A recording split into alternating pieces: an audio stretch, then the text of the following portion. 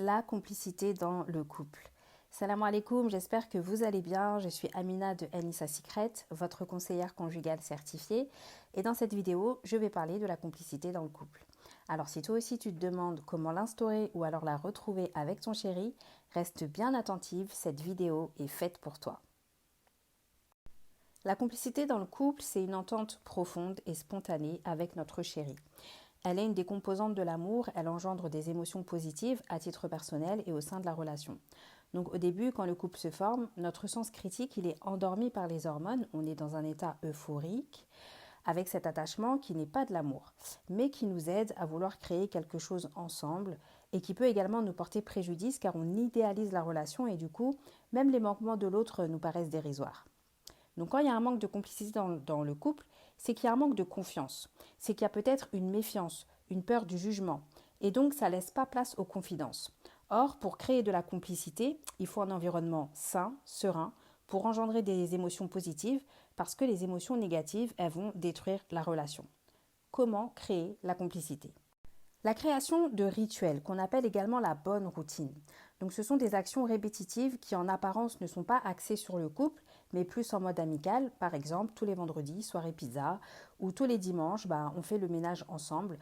Quoi qu'il se soit passé dans la semaine, il y a au moins un moment où on se retrouve. C'est ce qu'on appelle les moments de qualité.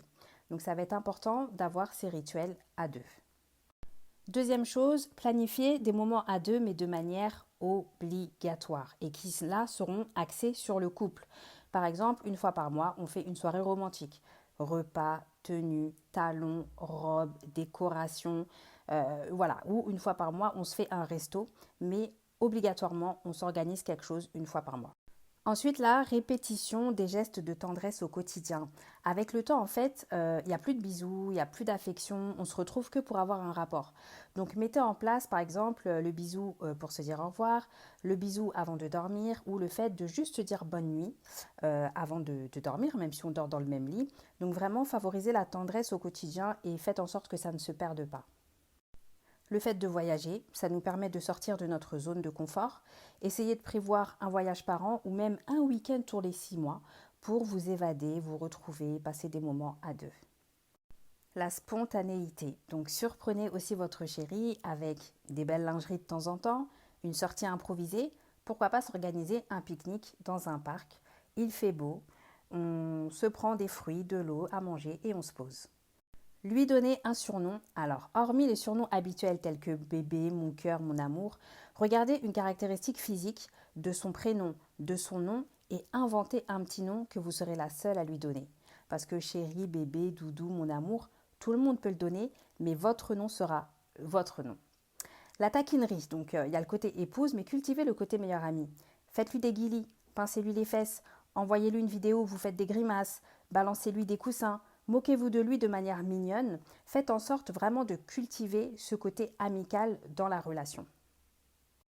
Vous avez aussi le fait d'avoir une vie sexuelle épanouie, donc ça favorise la complicité. Il faut en discuter, se lancer des challenges, faire des jeux, rester sensuelle et séductrice.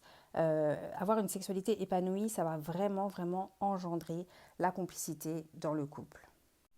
Apprendre ou réapprendre à discuter. Au début, c'est simple, il y a un feeling naturel qui ne s'explique pas, la communication, elle est fluide. On vit pour certains pas encore ensemble, on peut passer des heures au téléphone. Mais avec la routine, les difficultés de la vie, on ne discute plus. Donc, racontez vos journées, vos anecdotes, vos pensées du jour, discutez d'un sujet d'actualité. Soyez un soutien, encouragez-vous, confiez-vous. Ça va être vraiment important pour favoriser la complicité dans le couple.